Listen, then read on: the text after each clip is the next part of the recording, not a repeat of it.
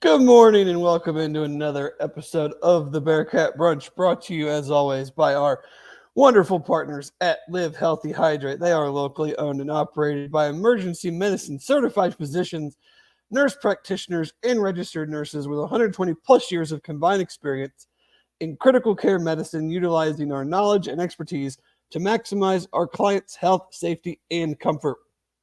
With 3 locations in the Cincinnati area, LHH offers treatments for weekend recovery, game day preparation for hydration, and rapid recovery. As a support medicine in conjunction with healthy lifestyle and exercise, some people are experiencing significant weight loss with regular semaglutide treatments to help maximize your weight loss and obtain your health and wellness goals. The initial consultation with our medical staff includes a complimentary consultation with a local nutritionist. Visit livehealthyhydrate.com and check the weight loss feature for more information on semaglutide and nutritional support offered by LHH. They also offer the popular Myers cocktail, as well as the premium proprietary Crown Jewel cocktail, along with the customized treatments such as Glow Up, For the Love of Pregnancy, and Feeling Slender. Add-on injections such as B12, Toradol, Zofran, magnesium, zinc, and many more are also available. Most IV treatments are $99.99, as well as some custom and premium treatments at $129.99. Gift certificates are also available. Make sure to check them out on Facebook, Instagram, X, and at livehealthyhydrate.com. And with that, we are back on the Cincinnati Schools fall break edition of the Bearcat Brunch, where Jeff and myself are both broadcasting from on location outside of the Cincinnati area.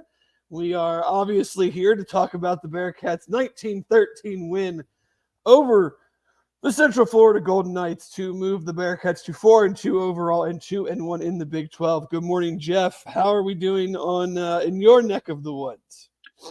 Oh, doing very, very well. It was a nice little 4-hour trek down the highway and got in kind of late last night, but we're back an hour, so it didn't. You're bright. Didn't quite feel all. Yeah. So got a nice little day trip planned out to Mammoth Cave today, and we'll be good to go. There you go. I sent Rachel and Will to the Buc-ee's off the Pigeon Forge exit while I do this, so they can be entertained for a while. But yeah, we are here. Bearcats win 1913 in a game that, it was not the most aesthetically pleasing affair, but you are coming off a bye, trying to build momentum. We talked about it on Wednesday night. Like, this was a game that you had a chance to go on the road, get a win, keep the momentum going, and that's exactly what they did. What is your main takeaway from this victory? So the way I look at it, it was a conference game. It is what has become quite the rivalry, not only between the teams but kind of the fan bases. You're coming off the bye week. You just want to get a win. I could really care less how it happens. Obviously, had this been the team last year, I don't think they are able to kind of keep the ship steady enough throughout the day there to actually win the game. Probably falls apart towards the end. They were able to keep it together and win. They're 4-2. That's a road win. They've got a chance now. They kind of got things back on course to hit the 6 wins. Obviously, we want them to win more than that. But they're kind of lined up in a good way now, where a bowl game is very very attainable. Absolutely. Yeah, I mean, you had bye weeks or off weeks, however you want to put it, can have multiple effects. And I think we saw both in this game. The off week came at a great time because they did need to get some guys healed up. The downside of off weeks in some points are that the offense was really clicking for several games in a row. And when you combined the off week, and then probably the number of guys that had to take that first week completely off from a rest and recovery standpoint. Sometimes when you come out of an off week, you sputter a little bit. And offensively in the first half, that was definitely the case. You had 2 turnovers, a missed field goal. You got the ball inside the UCF 30 three other times outside of the 10 points that they did score, and came away with nothing. So it feels like a first half of missed opportunities, and your defense stepped up and really, I'm not going to say kept you in the game because you were winning, but a game that probably should have been 17, 20 points at half is only 10, but the defense keeps it from being 10-10 or 13-10 UCF and allows you to, still make your adjustments and come back out in the second half and play a much, much better offensive game in the second half. Yeah, I think when you look at game on paper, if you just look at the team stats here, UC was not. You wouldn't assume that they won this game just by looking at. I don't know if you've had a chance here to look at game on paper, but they were like 34th percentile in EPA per play, kind of like, negative 0.07 points per play. So that's not good. All purple except for third down success rate. There you go. 62%, 91st percentile. I think they were 9 for 16 on the game. Yeah. I saw a stat that Sorsby was 9 for 11 on third down passing. Keeping the sticks moving. Some areas that we've kind of faltered in the past, and we held them to 36% on third down success rate. Keep their offense off the field and do what we need to do. So right, love to see that. You're I don't want to keep using the word momentum, but you're trying to go from last year to a much better this year, and some games are just going to be ugly. I mean, we see it every week. This team X looks great one week and then looks awful the next. I mean, especially in the Big 12, I don't know if you can really take anything from week to week and try to use that as a projector moving forward. You did not play a very good offensive game overall, much better in the second half, but the defense and we obviously missed a couple kicks, but made a long kick.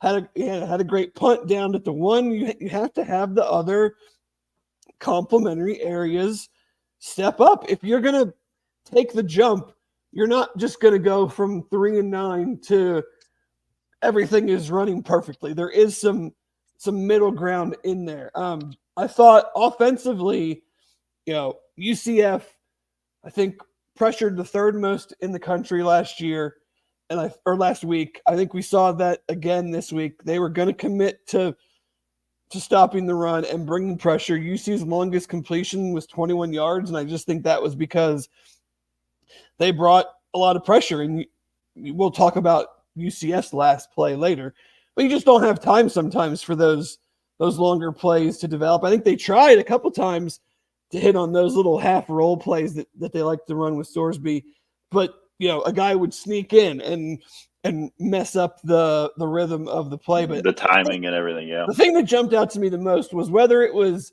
by design or just one of those games, UCF took out Hendo. He had 2 catches for 21 yards. The thing to me is that Royer, Johnson, and Moyes stepped up 20 catches, 182 yards. Like that to me is the biggest takeaway from the game offensively, in that when we do come across a team that does do a good job stopping the run and then really made an effort to limit what they could do with their number 1 pass catcher, we had other guys step up and fill that void, and the offense didn't come to a grinding halt because we couldn't complete passes to one player. Yeah, well, I mean, we've kind of talked about it though, like from the beginning of the year, you've seen Sorsby be able to spread the ball around, and I think that's been like a key point we've talked about every week, that he does do that.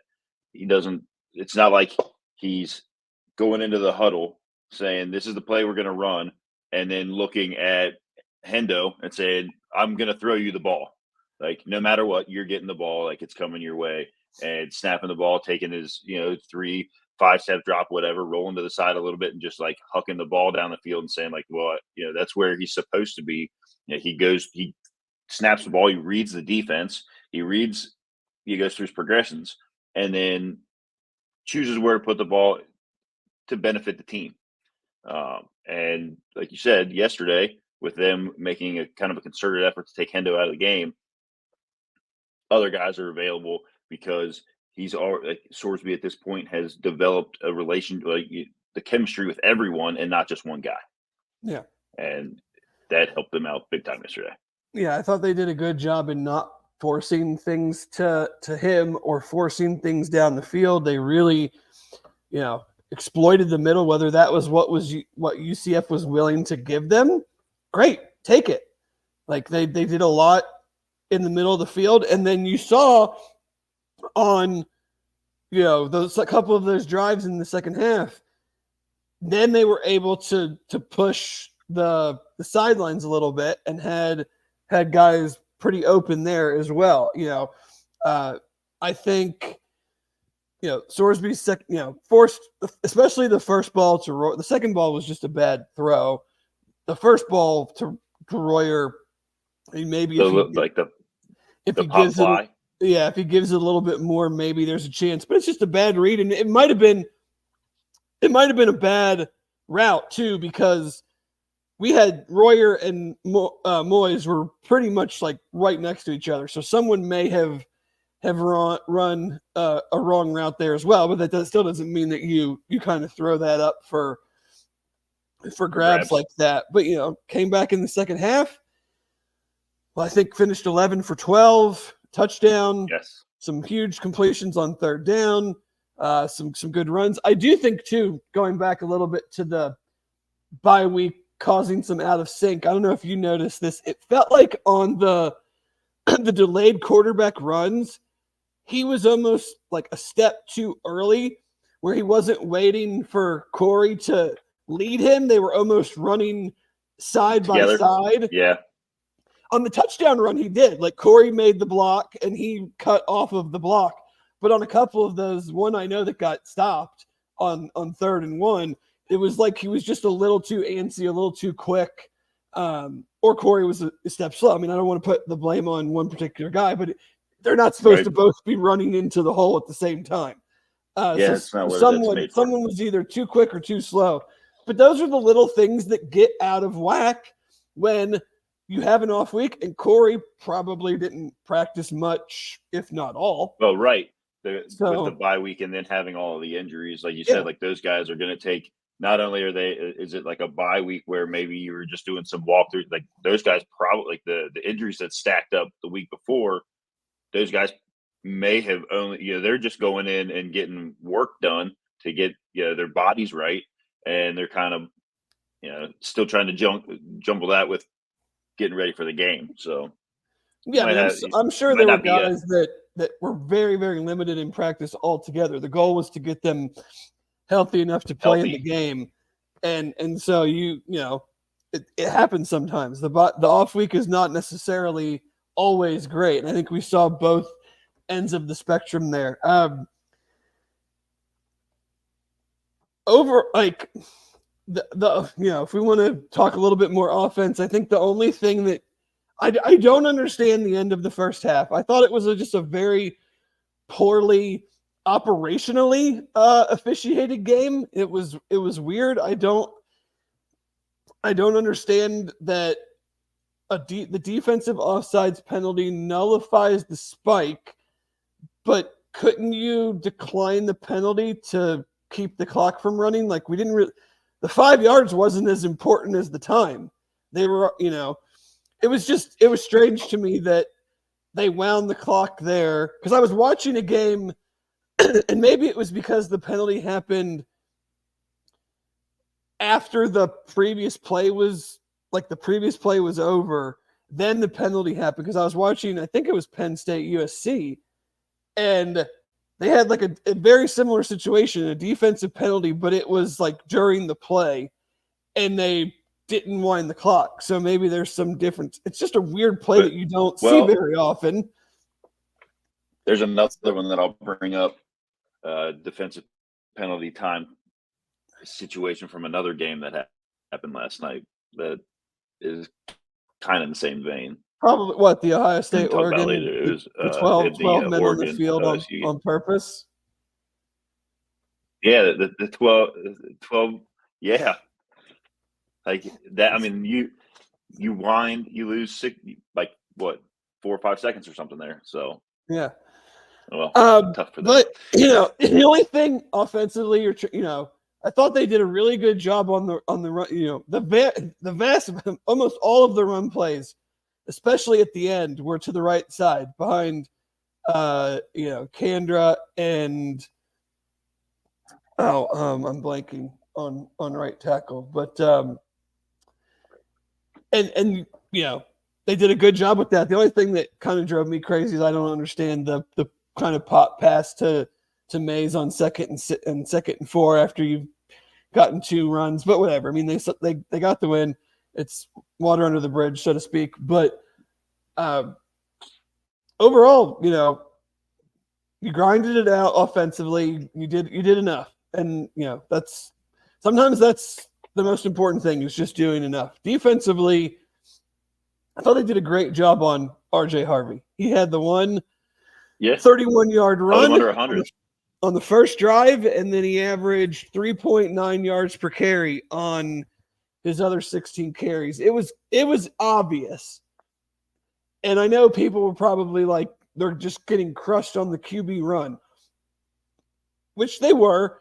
And I think a couple of them they could have done a better job on. But it was obvious that they were like, we are not going to let RJ Harvey beat us. We are going to sell out to stop him on these RPOs. And if the QB keeps it, we'll just deal with whatever happens there. Now, on some of those, I think they could have taken better angles. They could have maybe gotten a little, even if the RPO was on the one side, like they could have maybe winded a little bit more and not crashed down as hard and still been in a good position. But especially when you find out they're going to have backup quarterbacks playing. A 17-year-old quarterback starting the game. I'm not letting RJ Harvey run wild. Like I will take whatever happens on the quarterback runs. And I think that's what they did because so many times they were in the backfield on him when he didn't have the ball. And good on the quarterbacks for keeping it. But I think that was sound strategy there. Yeah, we ended up with 4 sacks, none bigger than probably goal days there at the end of the game. They kind of seal it off. That's a pressure that we've been, kind of asking for to get. And when you've got a new kid back there, I mean, they ran the 17-year-old off, I think, after 4 pass attempts. And I think it became pretty clear he was not going to be a threat throwing the ball.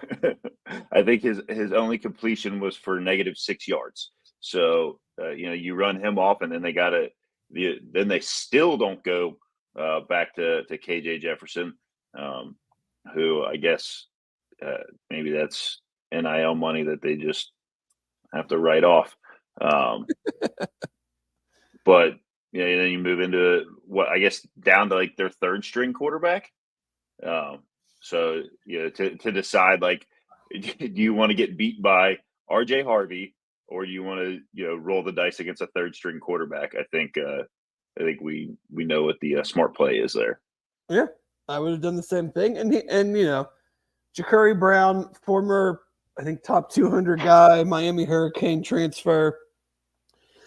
He missed some throws, and throws that were there, but that's what you get when you have a backup. Like if he was that clean, he wouldn't be backing up. And it was the last play. I tweeted about it. They're at the 25-yard line with 3 seconds left, so they have to do something to the end zone. I hate when teams just rush 2 or 3 and drop a bunch of guys back and just hope that they knock it down, because it allows the play to get set up. Yeah. So they're going to be in 5-man protection. So bring at least 5 guys and don't even give the quarterback an opportunity to set himself up to throw it. And even if, say you don't even get to him, say he runs out of it and you still have 6 guys back to play defense. You still, if for some reason, God forbid, he ran, he's not getting, you still have 6 guys. You're not, in cover 0. So I thought it was a great strategy. You have a guy who is playing quarterback he's taken some snaps this year, but he's probably never been in that situation. Yeah. So don't speed him up, make him decide what to do quick. And that's exactly what they did. I thought it was a great idea. Yeah. I mean, that goes back to make him be the one that is going to make a play and beat you. And probably, like you said, hasn't been in that situation before. Certainly hasn't really been in that situation this year. First probably significant action. I mean, I haven't really followed UCF enough closely to see if he's played much. I'm sure he's had some snaps out there, but none in a situation like that in a rivalry game against. There's obviously, I think for some of the UC guys, they probably won't admit it, but there's probably a little bit of extra fire in there when you got guys leaving for greener pastures. I'm sure there was. We'll take, like I said from the start. It's a conference game. It's a rivalry game. I don't care what it looks like. I don't care if you win 2-0. Get the win, get to 4-2, and move on, because there's a pretty nice slate of games coming up here soon. An Arizona State team that might be a little bit better than we thought they were going to be. This is the whole talking about preseason schedules and how they're picked in media polls or coaches polls. The thought was that UC had a fairly manageable schedule, and now we're halfway through the season, and TCU is 1-2, and everybody else they play the rest of the way is either 2-1 or 3-0 in the league. I mean, they're 2-1 too. So you have 3 3-0 teams, and then 5 teams tied for 4th at 2-1. So you put yourself in a good spot. You still have 3 home games. You got that road win that you got to get if you're trying to get to bowl eligibility and not put too much pressure on yourself. I want to also point out UC, I think, is doing a really good job in limiting their penalties. I think that was some hidden yardage yesterday with Central Florida having, I want to say, 9 penalties for 70-something, 80-something yards. UC down in the 4 or 5 penalty range. UC had 6 for 33 yards. UCF had 10 for 75. Yeah. So these are the little things, and we need to do a better job of cashing in on points. You can't be missing extra points. You can't miss short field goals in tight games like this when your offense is struggling. Can't throw interceptions down on the no. When you have a chance to move it in. Certainly can't have red zone turnovers, but the lack of penalties that UC commits, and these are the margin points that if you're going to take that next step, you have to be leaders in. Anything else from this game? I mean, it was, we have a, Coach Dan notes the transfer class has been stellar. Sorsby, Royer, Tony Johnson, Golday, Bartlett, Minkins, etc. They really have started, especially Golday has really come on these last few games. Forced a fumble, had the fumble recovery, got the initial pressure on the last play. Bartlett's been pretty consistent throughout the year. Having Johnson and Moyes step up as, secondary pass catchers. I mean, they really are getting good contributions from those guys, and that's kind of the opposite of what we have been seeing from UCF, is that they kind of use this as an all-in year, brought in a bunch of transfers, and they're really not getting that same type of return that I think UC is getting. Yeah, I mean that anymore is the kind of the name of the game to success in NCAA football. Like, if you're not able to hit on a transfer class and not like, yeah, you could get a couple guys that you're recruiting out of high school, but anymore it's hit on some big names coming into the transfer portal. Look at some guys that maybe they didn't get an opportunity somewhere else, or they're looking to move into a program that better suits them after they've gotten to college, and you can kind of see a little bit more what they are against, potentially against some more competition than high school. And for UC to 1, 2, 3, 4, 5, 6 names he's put right there that are, I mean, they're big contributors. Yeah. And if you don't have that, if you end up with, like you said, like UCF brought in some guys that, I mean, some of them I think might have already decided they're leaving UCF. It's a tough look. And but you're seeing it across the country. There's certainly teams that brought in guys that are also already leaving, and some guys have gone places and are having success. So yeah, we'll see how the defense is now gone shutout, 44 points allowed, 13 points allowed. So we'll see how they. Hopefully, it's not a pattern. Yeah, and we're back to a big number. But I think they are coming along. I think, it can just take a little bit of time, and we'll see. We'll see this next week with an offense that we won't get into a ton of Arizona State, but no. Cam Scattaboo, which is just a great running back name. Yes, is a really good player. Sam Levitt is a young quarterback that can run and pass. So, they're going to run something that I would almost say is somewhat similar to like what Texas Tech ran, but with a quarterback that can run. So it's going to be a challenge. They're playing well. Their only loss, I think, is at Texas Tech.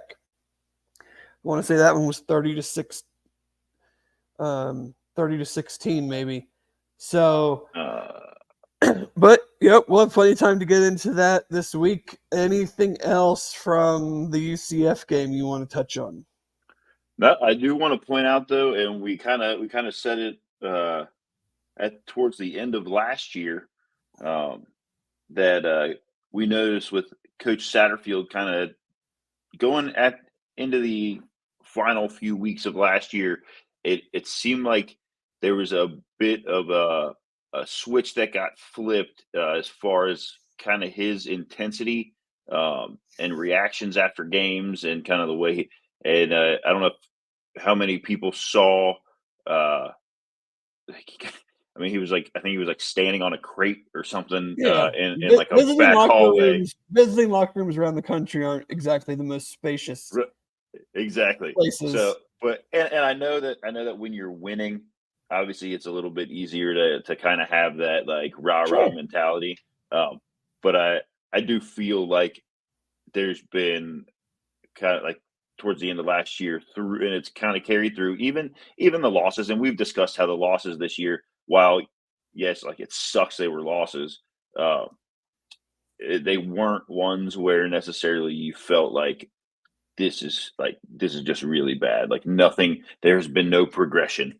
And there's certainly been progression in the team getting better, and you kind of see this upward trajectory.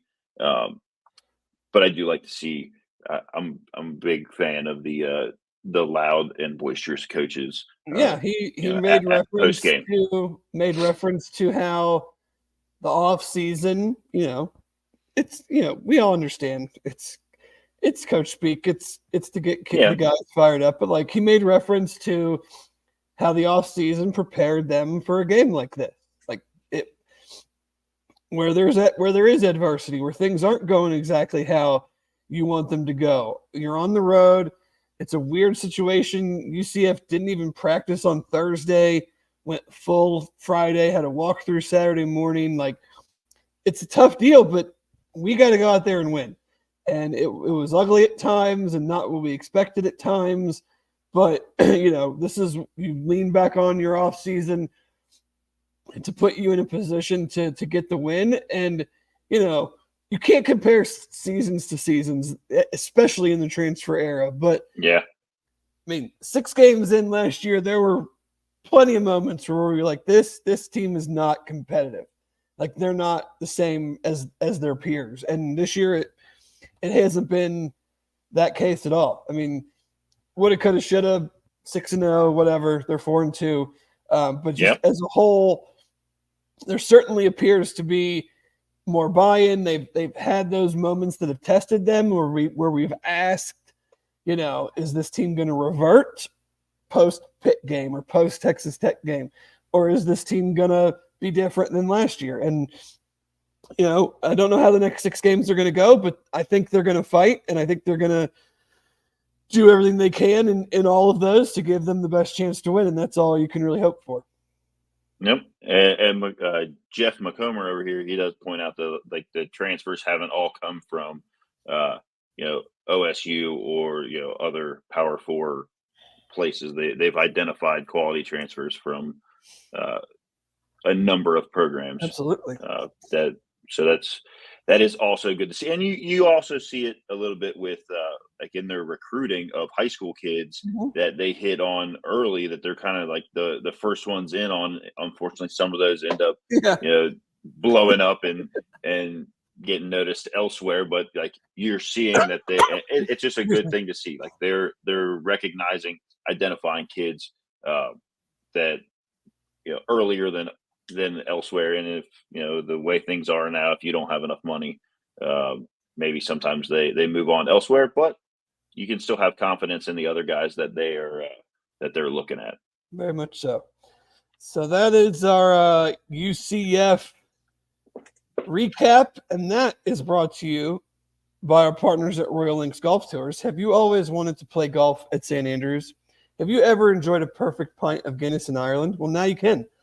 With Royal Links Golf Tours, the golf tour specialist offering unforgettable golf experiences to Scotland, England, Ireland, and Wales. Their custom itineraries are more than golf trips. They are immersive cultural and country experiences that will surprise and delight you, both on and off the course. Royal Links Golf Tours is owned by former Bearcat quarterback Hayden Moore and his partner, UC alum Jeff Bartholomew. So if you'd like to play St. Andrews or have that perfect pint, visit their website at royallinksgolftours.com or call them directly at 770-331-1525. Let's slide into some national games and start with Will Howard in Ohio State. Will Howard do what? What are we doing, William, whatever your middle name is, Howard? I don't know. I guess he was sliding into second base. I don't know what was going on at the end of the game there. He had no awareness of the clock. I know we briefly mentioned earlier there was the 12 men penalty, which I guess was a purposeful. You got to imagine, like, you can't come out of a timeout and have that happen. I saw some people tweeting about it as if they knew, like, for certain that they did that on purpose. I'm not so sure. Yeah, I mean, it worked out, and maybe at this point, like, it can go down in the lore of Dan Lanning of sending 12 guys out on the field, ensure that there's not a big gain, and you run time off the clock, they don't get back, and now they're kind of in a scramble to do something. But that was a good game. It was a really good game. I'm not surprised Oregon won. I'm surprised they had as much success throwing downfield as they did. Like, I had higher expectations for Ohio State's secondary. Denzel Burke got roasted in that game. So, I think we'll probably see Oregon number 1 this week. I mean, you beat the number 2 team in the country. You would think. And you were number 3. You're probably jumping. I mean, Texas did smash Oklahoma. I don't think Oklahoma's any good. I don't think that's I think that's less a Texas thing than an Oklahoma thing. Yeah, probably. I mean, I still think, I don't know. I obviously Ohio State is still very, very good. Oregon is good. It's kind of neat. I was talking to a buddy about this yesterday that we get this game as a Big Ten game, in October, and it doesn't. It's nice to see this game and know. I mean, as a football fan, it's nice to see this game and know that it's not going to ruin one team's season. I mean, in a typical season, typical year, this one loss likely doesn't mess up somebody's chance to get to the playoffs. But you're looking at only 4 spots, and previously, but now right. with 12 spots, obviously these 2 teams are going to be in the playoff, barring some kind of crazy finish to the season where they don't win another game. So it's nice to be able to see a game like this, watch it, understand that okay, they won today, but we got to see a great football game, and their season's not you're not going to see a bunch of kids packing it in and going into the portal and going into the portal. That's when it frustrates me when some people are see that makes that game meaningless because both teams can still make the playoff, and I'm of the mind of no. It's great to have that college game, and a team like Ohio State that I don't think anybody would argue is still one of the top teams in the country. Right. Their season's not over. They played a great game. They lost by a point, so that losing that game doesn't really change anything of what I think about them as a national championship contender. So I'm fine with it because they should still be in contention to be in the playoff. Let's see, where do you want to stay? Big Ten, go USC, Penn State. That was a pretty crazy game. I don't think did you see this Tyler Warren's stat line for Penn State? Tight end, 17 catches for 200 and something yards, also took snaps at quarterback, running back, and wide receiver. Penn State wins in overtime. Lincoln Riley now has a worse record than Clay Helton did at USC, so I guess that means he needs to be fired. Not sure what's going on there where they get these big leads and continue to blow games. But big comeback by Penn State and an insane game by their tight end, who I was not familiar with his work. I'm sorry, sir. I was not familiar with the fact that you can go 17 receptions, 224 as a tight end. Yeah, and take snaps at quarterback and running back and receiver. Oh yeah. Well, he was 1 for 1 at quarterback for 9 yards. he had a better QBR than Drew Aller. Yeah, than their starting quarterback. who was 30 for 43 for 391 yards. Yeah, he's still a pretty good game. He did have 3 picks. Yeah. I guess if you're going to throw it that much, you kind of run that risk. Let's see who else. The Texas Oklahoma SEC rivalry.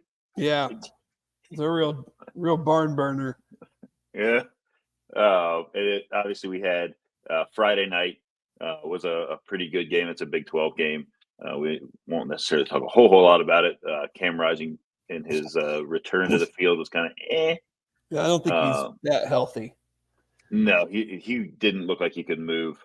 He didn't look like he could move very well back there. And then obviously you brought up Arizona State's running back Cam Scatabo, who seemed like every time he touched the ball, he was kind of just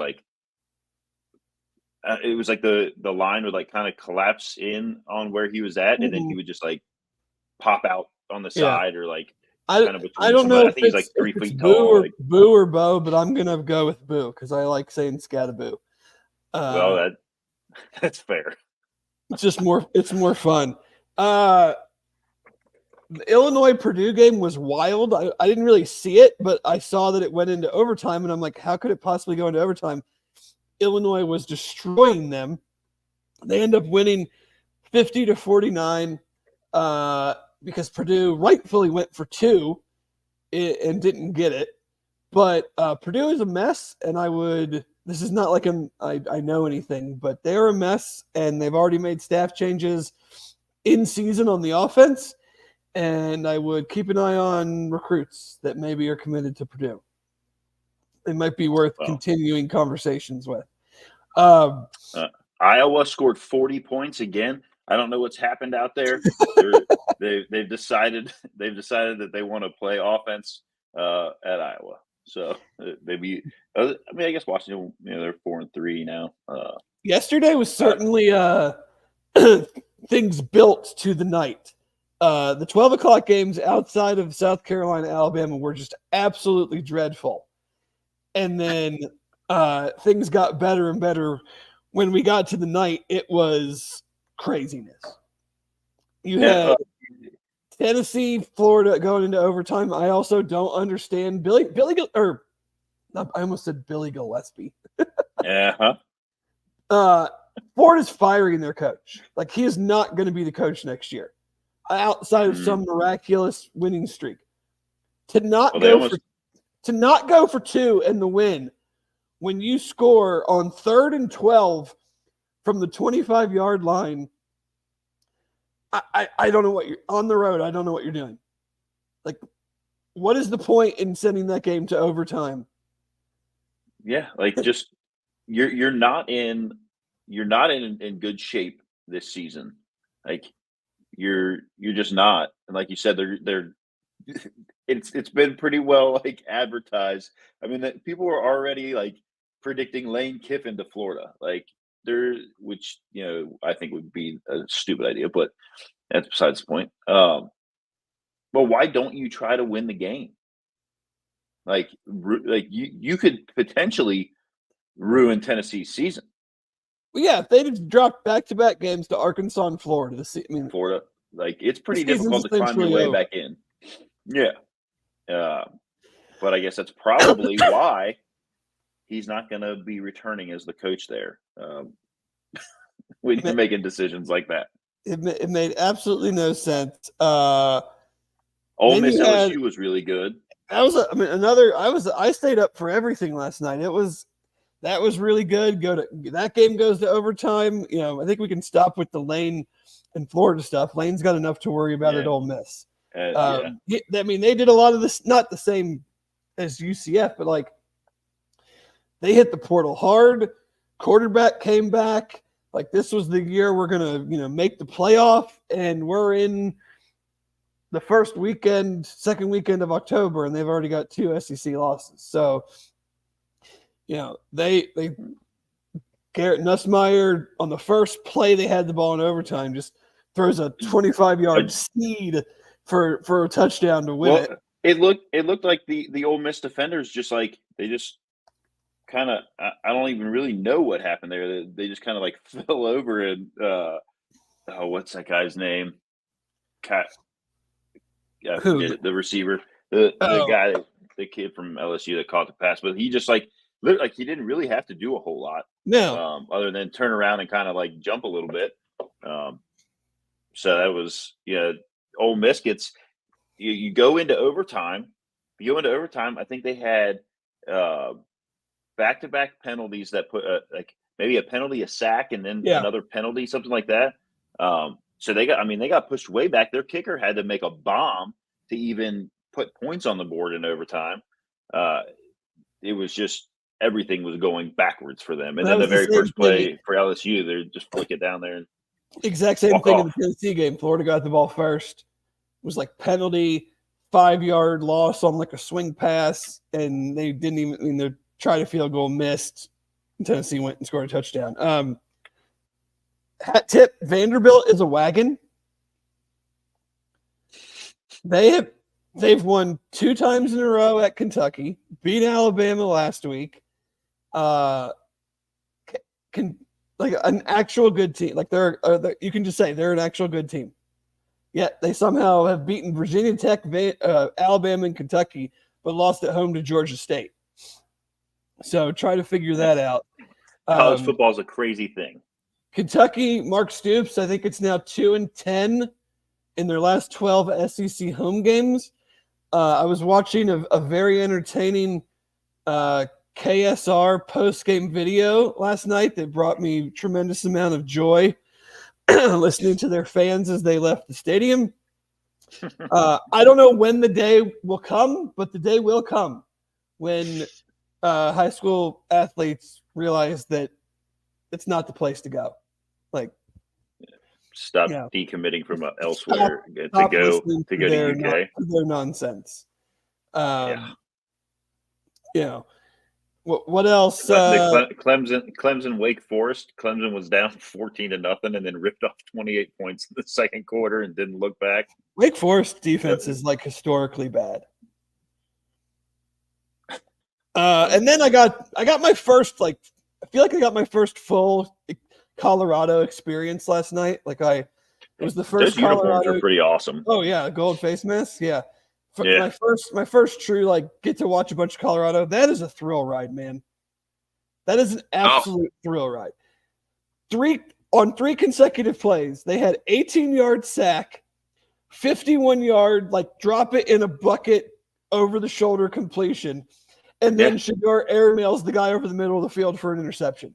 It is just you have to just sit, when you see plays them, it's just going to be 3.5 hours of feeling like you have 100 ounces of Mountain Dew coursing through your veins. It's just watching them. There's no 3-yard run, 5-yard pass. It's either Shador's running around like crazy, getting sacked, throwing a ridiculous. I mean, they were down Travis Hunter and Jimmy Horn Jr. Well, I was going to say Travis Hunter somehow played 100 snaps and only played in one quarter. And I think, I don't know what happened. I guess his shoulder, he took a shot. And then when he finally came back out, he went back, and then when he came back out, he was there going into the end of the half. Then he didn't come back out with the team after the half for I don't know, the first couple of drives. Then when he came back out, he had a pretty large wrap, it looked like, underneath his shoulder pad. And he just kept walking around with his helmet on top of his head. I think he probably, I don't know, you got to think a guy like that is going to go in if he's got if he thinks he can do anything to help. And then, like you said, Jimmy Horn Jr. was out. Well, then their other best receiver, Amarion Miller, had 8 for 145, and he might have been seriously hurt. Well, he was the one that he dropped that bomb to right in the bucket, and then when he got tackled, his leg got kind of stuck up underneath the defender there, and that it did not look good. Yeah, and Will Howard for Kansas State, he goes down untouched, holding his kind of pelvic. Avery Johnson goes down kind of just in a pile, wasn't touched, holding his pelvic hip area oblique. They take him off. Then he comes back. I thought he was maybe seriously hurt. And then that was really weird. I don't even know what that could be. Your appendix, that's what I was thinking at first. Did his appendix just burst? Because he just threw the pass and then he just went down.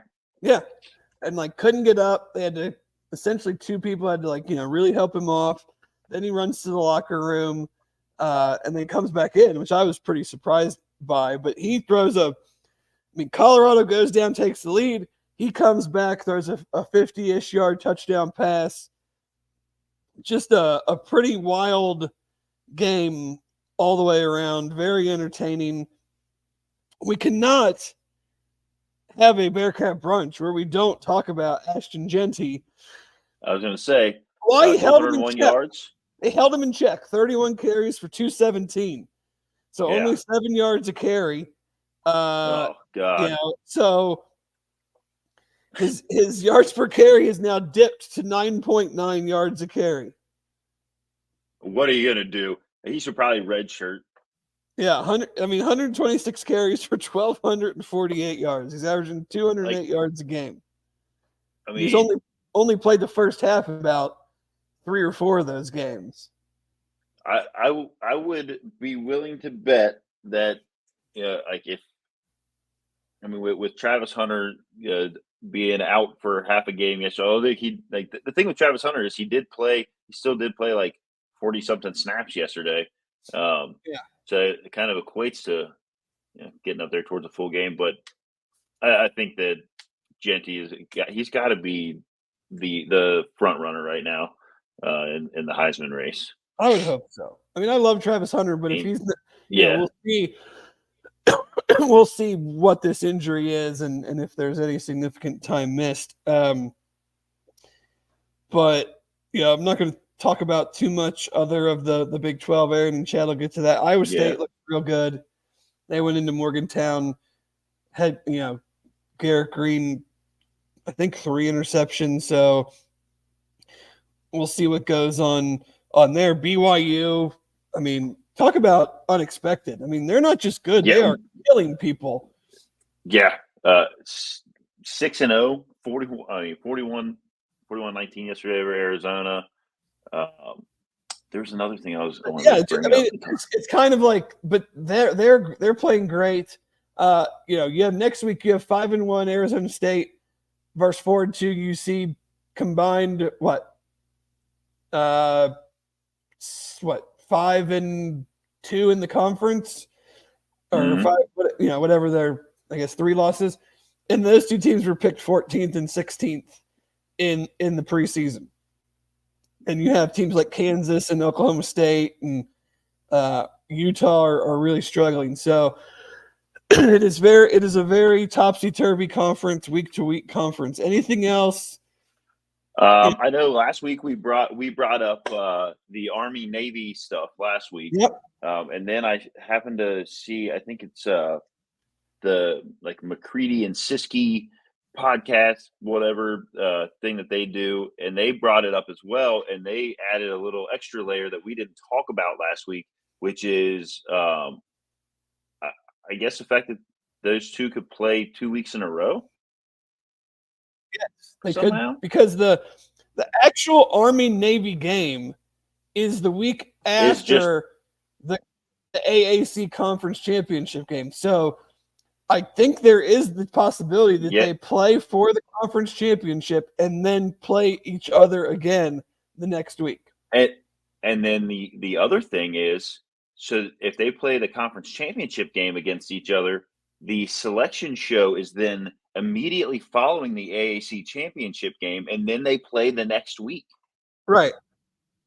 So you could. They would play the week after. Right. One of them could technically win the AAC, make the playoff, and then lose the next week, but still be in the playoff. I think so. That would be interesting. I think somebody said that there was like a contingency written in where like they would hold off on the Group of 5 selection until after that game, if it had impact. But like, I mean, for it to have impact, it's obvious. Like, there's still time left in the season, but neither of those teams really have. Outside of Notre Dame, like I think Navy has the much tougher schedule. I think they still have to play Notre Dame and Tulane. Yes, that's correct. So they play Tulane in the middle of November, but outside of that, like they could very well be playing each other 2 weeks in a row with some impact on the play, which also makes it fun. Sure, it does. Expanded the playoff to 12 teams. Like that's a lot of drama. Glad UC won yesterday because it was a fun day of games. So right, exactly. I think that's kind of all I've got from around the country. I know Bearcats in the NFL. The big headliner last week was Alec Pierce, 3 catches, I think 134 yards and a touchdown. Yeah, should see what kind of targets he gets today. I don't think Jonathan Taylor's playing. We'll see if if Anthony Richardson goes or if Joe Flacco is the quarterback again, but it seemed he's developed quite a connection with Flacco. Other than that, anybody stand out last week? I mean, Jerome Ford had 9 carries for 47 yards, and I think Nick Chubb's coming back next week. Maybe is that maybe when the next week? play? Yeah. I don't So even I think know. I'm as detached from the Bengals as I've been in a long time. Like, just win it. If you want me to think about you, you got to start winning some games. Start winning some football games and stop, giving me a reason to ignore you on Sundays. Yeah. So do they play tonight? Don't they? Like Night, yeah. like 8. Mm-hmm. So yeah, Sunday night football, Giants. So outside of that, I don't think there was really any other like standout performances. Obviously, it is nice to see that we've got quite a few. I think there's 1, 2, 3, 4, 5, 6, 10 Bearcats that recorded some sort of stat in an NFL game. For sure. So it's nice to see that that's something that's a trend that hopefully continues to trend upwards. All right. Well, thank you to Chad for jumping on and helping produce this morning with Aaron coming back from Orlando. Thanks to Jeff. Thanks to Royal Links Golf Tours. Thanks to Live Healthy Hydrate. Thanks to all of you who jump in and join our show live every Sunday morning. We will see you again next Sunday after the homecoming game between UC and Arizona State. Have a great Sunday afternoon, everybody.